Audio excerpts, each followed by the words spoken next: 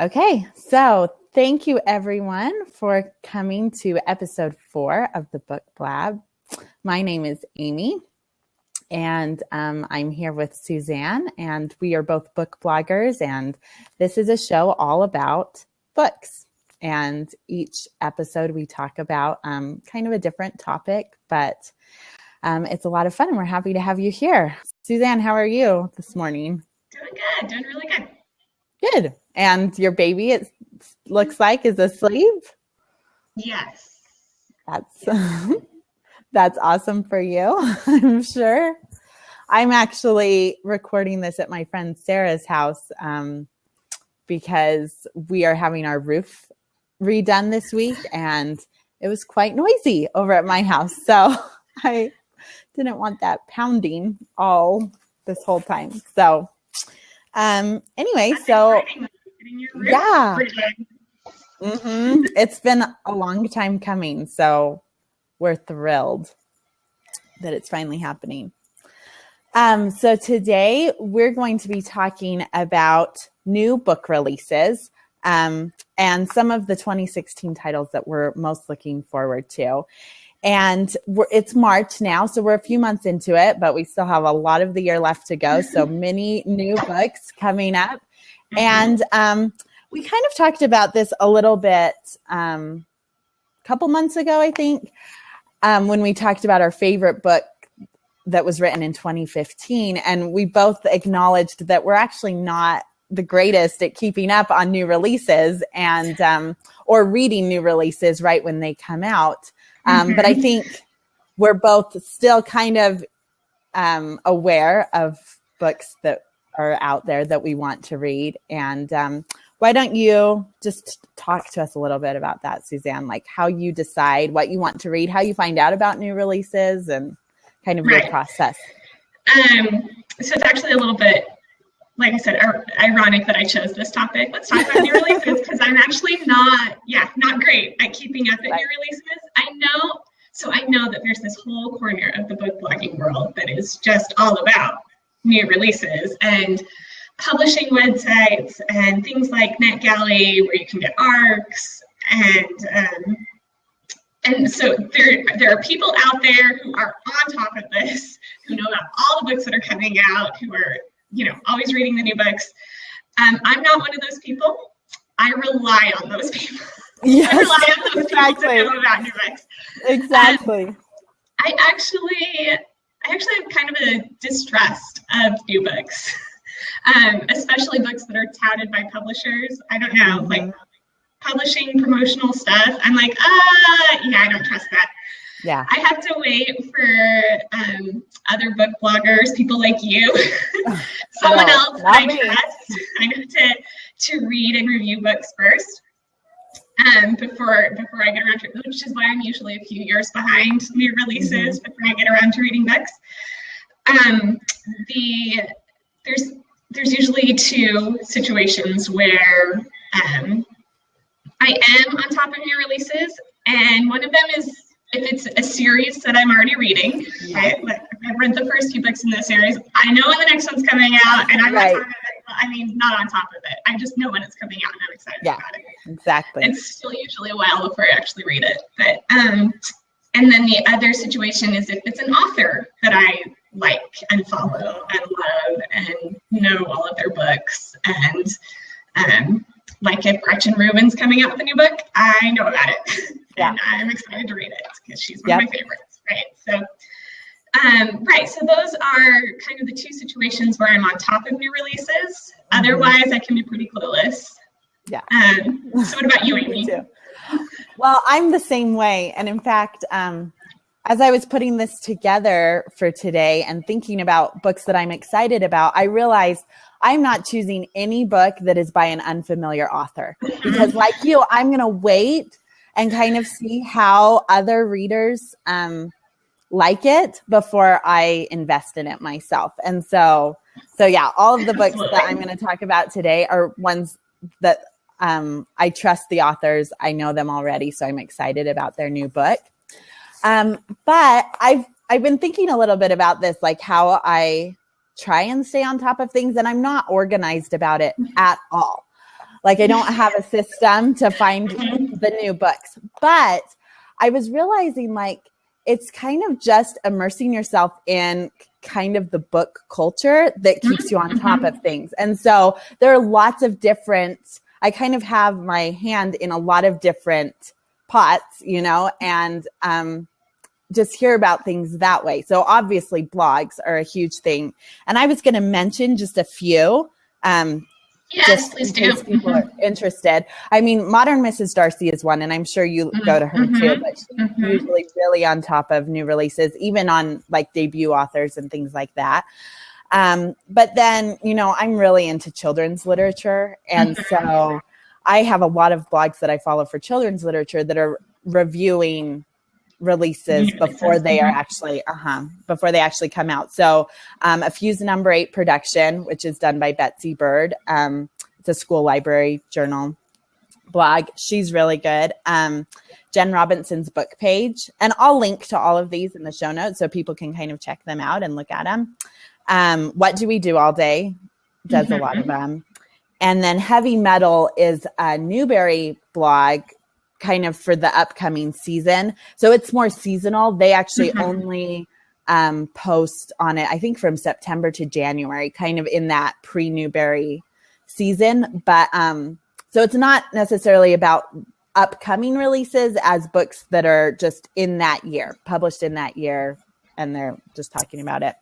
And then I don't know, have you heard the podcast Books on the Nightstand? Do you ever listen to that one? Yes, I have.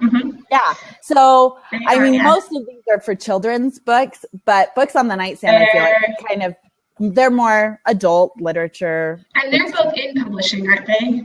I think they work for Random House. They're Random House reps. But, yeah. And so they will often do an episode that kind of gives you a preview of the upcoming season, which is kind of nice. Like then you at least have heard about these books before they really start getting talked about a lot. So you can feel like you're in the know.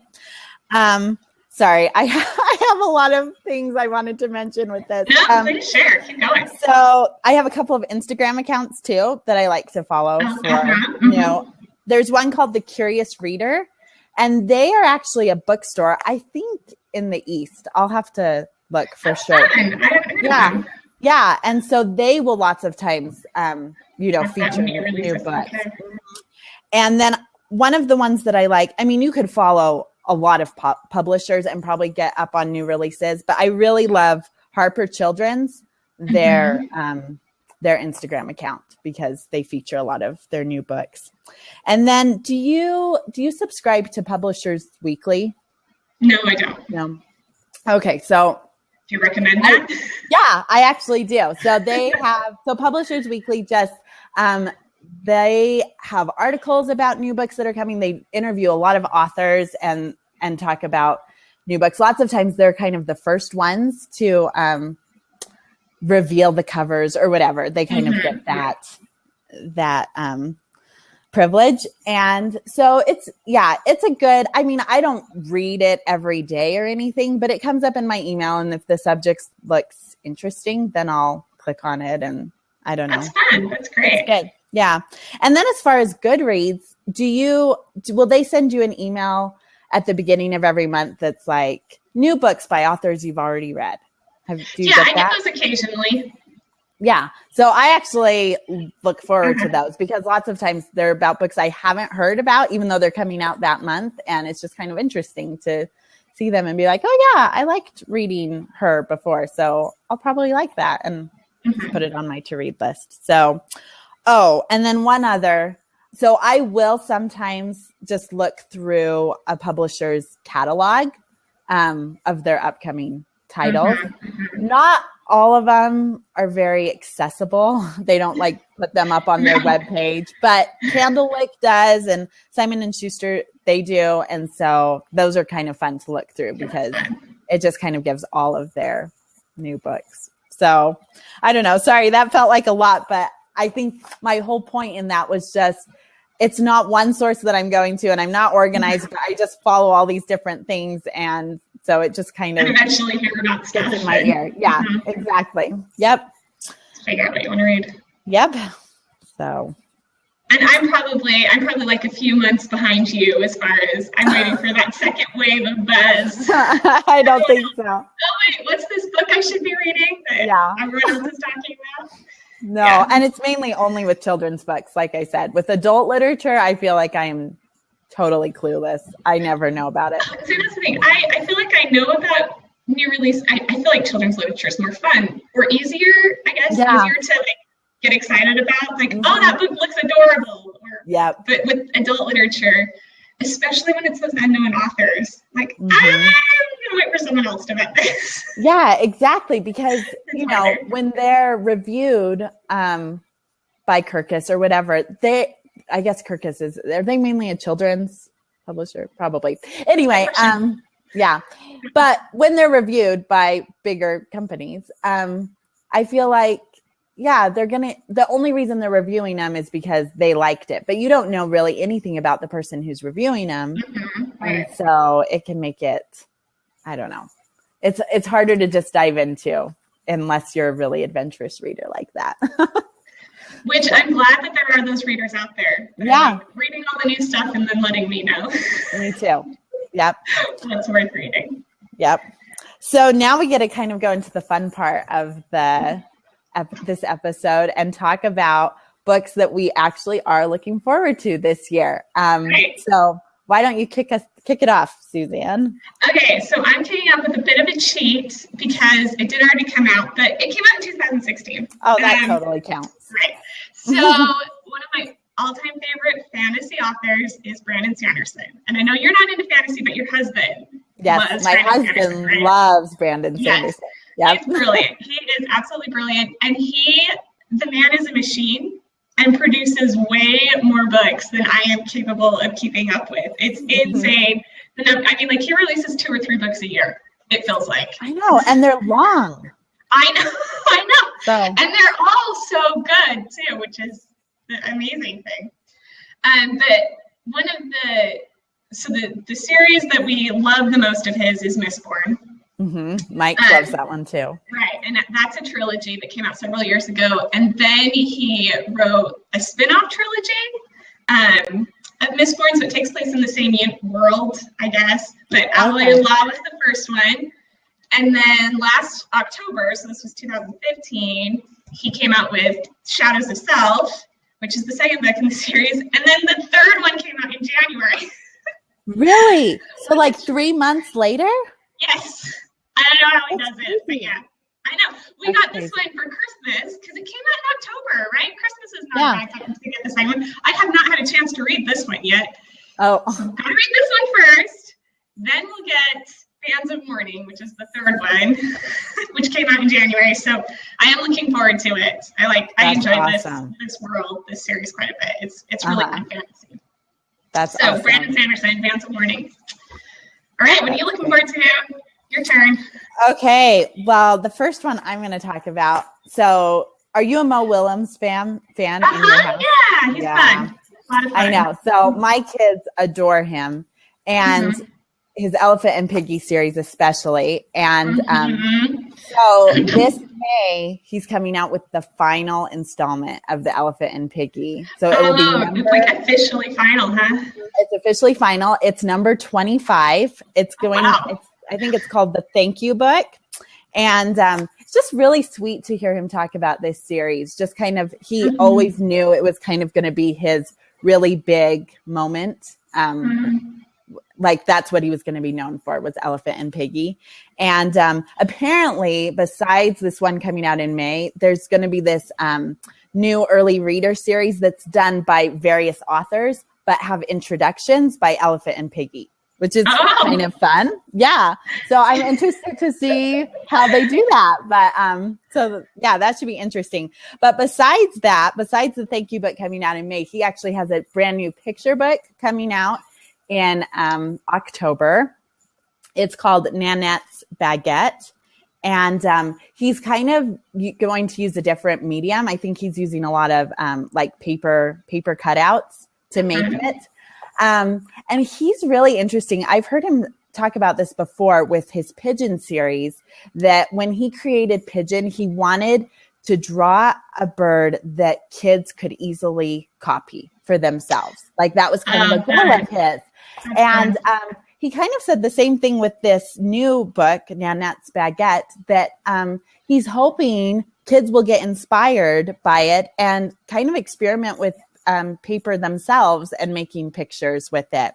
And he just had this really cute quote. He said, "I'm always hoping my books not only get read, but played." And I think that's one of the reasons he's so great, because he kind of is a great springboard for kids' imagination to be able to kind of create on their own and try things out for themselves. So I'm really excited about both those books, and sad that Elephant and Piggy is ending. But I guess after 25 books, you probably think like, we've got to end this somewhere, and let's end while we're still on top. So yeah, so that will be exciting. What's your next book? Yeah.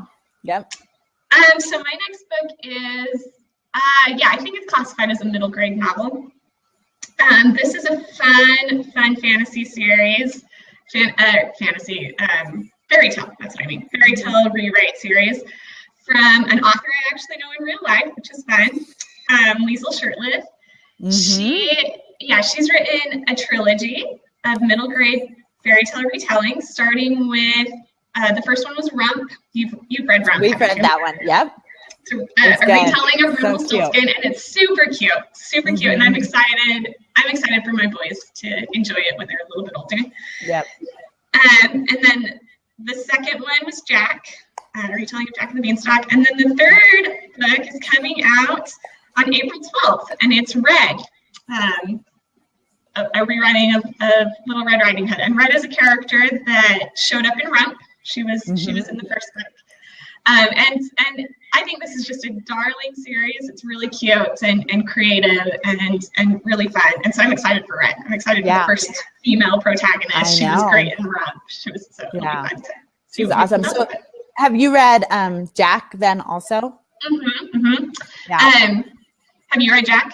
We haven't. We own it. We bought it at her book signing, but we were in the middle of Rump at the time, and we haven't actually gotten to it yet. But it's still definitely at the top of our list for future read alouds.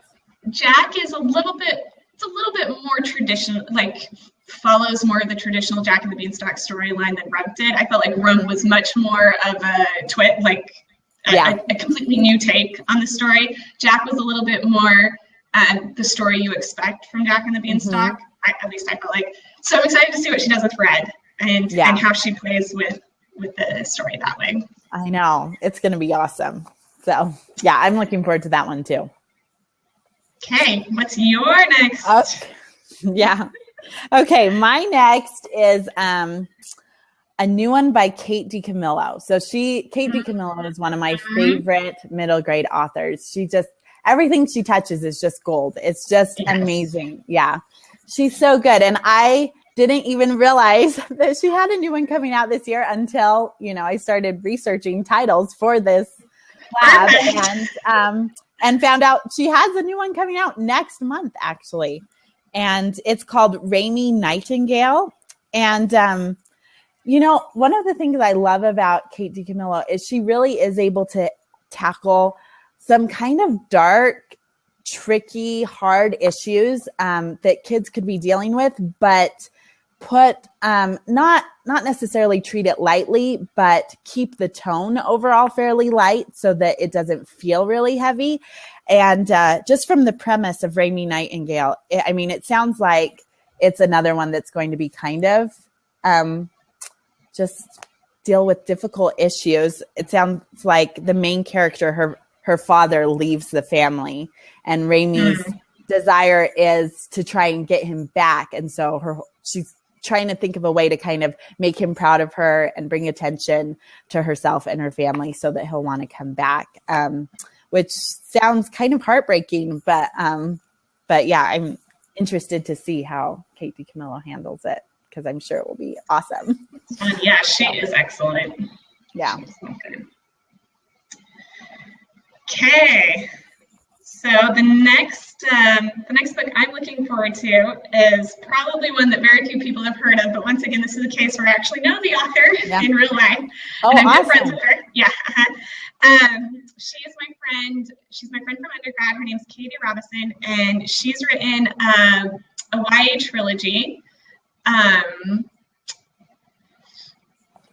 How do you describe it? Maybe paranormal. I'm not quite sure if paranormal is the word, but it's a girl with supernatural abilities and some. So I think the first book starts off in Canada. I think takes place in Canada and plays into. There are different tribes that still practice certain types of magic, and she gets involved in them and finds all this out. Eventually, the setting moves to New Zealand in the second book, which is a lot of fun. And her third book, called Firestorm, is coming out in June, and I'll probably write more about this on my blog because I'm trying to help promote it. And it's a lot. I really enjoy YA, but sometimes I feel like this specific genre can get hashed to death. I agree quite a bit. I really, really enjoy it, and so I do highly recommend it. And I'm looking forward. That's awesome. To Firestorm. Yeah, that sounds great. Yeah, awesome. Okay, well, the next one I'm doing is kind of an interesting one. So a few years ago, I read a book called "Funny in Farsi" by Firuze Duma. I'm not exactly sure how to say her name, but I think that's close. And it was a memoir about her growing up in California so her parents immigrated from Iran. And so just kind of the humorous things that they were dealing with as they kind of tried to immerse themselves in American culture, and the things that they loved and the things that they kind of struggled with, and some of the prejudices that they faced. But she is actually coming out with her first middle grade novel in May of this year. It's called It Ain't So Awful Falafel, which is kind of a funny title. But and it, from what I could tell, I think it is fiction, and yet it sounds like it kind of parallels her own life pretty closely. Like it's someone in the 1970s, their parents have come over here from Iran, and kind of just dealing with some anti-Iran sentiments and feelings, and trying to fit in American culture. So I don't know. It sounds really interesting, and I loved her writing in Funny in Farsi. So I think I'm excited to see how she. Right, I remember all the buzz about Funny in Farsi. I haven't read it yet. So. Oh yeah, it's really great. Yep, really great. Fun. Do we want to recommend any more, or? I'll just talk about my last one, just because. Okay. Yeah. It's J.K. Rowling. You haven't heard it yet. Right. I have, but I'm kind of confused what it is. So explain it to us. Well, I'm not sure that I know so much more than you. It's a play. Okay. So it's Harry Potter and the Cursed Child. I think the play script is written by Jack Thorne, but J.K. Rowling was heavily involved. So it's a play that's being released in London in July, but they're also releasing the play in book form on July 31st. Okay. So it is a book, a play, a book, and it's Harry Potter grown up, and his kid, like, I don't know, it's what his kids, what I've heard is that it's, like his kids dealing with being children of the chosen one, and what comes with the drama that comes with that. Anyway, I don't know. It could be fantastic. It could be terrible. At this point, you never know what you're getting with J.K. Rowling. Oh, yeah, I know. Yeah. But it's Harry Potter, and how can I not be excited? Yeah. So do you think you will, actually read it? Oh, yes. I don't know if I'll buy it, but I will definitely read it. Okay. Sure. Well, I'm interested to hear. Will I read it the day it comes out? Probably not, because I never do. But, right. Right. Sometimes. At some point. At some point, I will definitely read it. Yeah. I know. Well, especially if you're getting it from the library, you have to wait anyway. They're not usually there on the release date. Right. Yeah. So we'll see if it's a good one. Awesome. Okay. Well, do you want to kind of explain what we're doing next month, or 2 months from now, or right. We've got something a little bit different going on. We're planning a special episode, I guess is what we'll call it. We're planning a mini book club discussion. Mm-hmm. So how it's going to work is one of us is going to recommend a book that the other person hasn't read, right, and have them read it, and so that we can have a little bit of a mini book club type discussion for fun. Mm-hmm. And of course, we would love it if our blog readers, our Blab viewers, whoever wants to read the book too, and join in with us. But yeah, we thought that would be a fun idea for an episode. And so our first mini book club is going to be in May. And I've chosen the book this month for Amy to read because I know she'll love it. And if any of you read my blog, I've written recently quite a bit about it's A Man Called Uwe by Frederick Bachman. And I think this was a new release last year, or at least the translation, the English translation came out last year.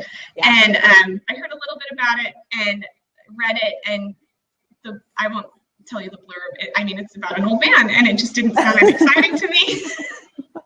Really, like the blurb does not sound exciting. And the first couple pages, I was like, oh my gosh, I'm going to hate this man. I'm going to hate Uwe. Right. But you love him so much. Anyway, so I'm so excited for Amy to read this and bring it. And so if you, our viewers, are able to get their hands on this book and would like to join us for our mini book club in May, that is the book that we will be discussing. I know. So I am so excited about this, actually. Like, I've heard so much about it. And so I guess, so you pronounce it Uwe. I didn't know. Yes, it was so I know. I listened to the audiobook version of it, and that's the way the narrator pronounced it, yes. Uwe. So that's why I love audiobooks, because I know. You can actually hear how it's supposed to be pronounced. So I heard about this book for the first time around Christmas. Like my book club, we always do a book exchange, and someone actually brought that book and just was highly recommending it. And then, of course, it was like, once I'd heard about it from her, I was hearing about it everywhere. And I don't know, I kind of like grumpy old men. So I find them a little bit fascinating and funny and kind of quirky. And so the premise actually sounds really good to me. So I'm really excited. This is right up your alley then. Yeah. Grumpy old men. Right. Okay. It's delightful. So yeah, I'm putting it on hold at the library, and I'm going to get it and enjoy reading it. So this will be 2 episodes from now. So we'll have an episode in between, and then we'll do that episode. And I think we kind of thought, we wanted to give other people enough time to read it if anyone wanted to join in with us. And we also, since it is a fairly new release and also kind of popular right now, we thought we maybe just needed to give you a little bit more time to actually get a hold of the book if we're going to try and get it from the library. So that was kind of our I'll just give a plug. If your local library offers the service Hoopla, I don't know if you've heard of Hoopla. Mm-mm. It's an online audio service, but through local libraries. So your library has to subscribe to it. But if your library subscribes to Hoopla, A Man Called Uwe is on there, available for immediate. Listening. Oh. Yes, that's the only reason. I know. That's the only way I listen to it because my library. They probably do that too. I need to look into it, but lots of times I'll check out books through Overdrive. But you have to wait long for books. No, Hoopla's materials are always immediately available. Oh, good. And did you like the narrator then? Finally? Oh, yes. I thought the narrator was fantastic. Okay, that's good. That's good. Okay, excellent. I'm very excited about that. Okay, so for our final part of our episode, we always like to give a few book recommendations, and like this episode, it's been all book of recommendations, which has just been so fun. But every month we kind of choose a theme to base a recommendation off of. And for us here in Utah, I don't know how it is in Texas, but we are finally getting into spring. Texas is probably already like summer or something. We've had a couple months of spring already. It's still, Right. Spring. We're not up in the 90s yet, so it's not summer yet. Awesome. Yeah. So we've been having some good, like 65-degree days, and some of the trees are starting to leaf out and the tulips are starting to pop up. So spring is kind of on the brain. So we thought it would be fun to recommend a book that would kind of get you in the spring mood. So, Suzanne, do you want to go first? Okay. So my book that I'm recommending is A Tree Grows in Brooklyn. Yes. By Betty Smith. I know we're both, spoiler, we're both recommending Betty Smith books. Apparently she's a great spring author. Right. She is. The reason why I feel like this is a spring book, though, I mean, right? A tree grows, right? Spring. Anyway, no, it's a coming of age story. It's a girl growing up in figuring out adolescence, and it's a very, I feel like it's a very sweet story that way. And coming of age feels like spring to me. Mm-hmm. And totally. Right, and it's just it's such a delight. Her writing style, I thought, it's just so delightful. And Francie, the main character, I relate to so much. She loves books. Yeah, and it's just a fabulous, sweet story. Mm-hmm. Highly recommend if you ever. I mean, it's a classic. Yes. If you haven't read it yet, you need to read it. Tree Grows in Brooklyn. I know. Exactly. It's all right, and your Betty Smith book is? Yes, I know. So this is so funny that we both, when you told me you were recommending we didn't plan in Brooklyn. Yeah, no, didn't plan it at all. And so I read A Tree Grows in Brooklyn several years ago for the first time and loved it. And that, of course, made me interested in checking out anything else that Betty Smith had ever written. And so I checked out this book called Joy in the Morning. Have you read this one by her? I have, and I loved it too. I don't think it's not quite at A Tree Grows in Brooklyn level, but I still loved it. Right, exactly. So I think A Tree Grows in Brooklyn is a classic for a reason, but Joy in the Morning is absolutely fantastic too. It definitely feels like Betty Smith. It's still her style, which is just beautiful. Writing and just really great, relatable characters. But the reason I thought of this one specifically for spring is because it's about a newlywed couple. So the book actually opens on the day that they get married. And Annie and Carl. Annie is just barely 18. She's turned 18 like 3 days before, gone on the train or the bus to, I can't remember, it's Michigan or Wisconsin or Minnesota, somewhere there, where her soon-to-be husband is working on his law degree.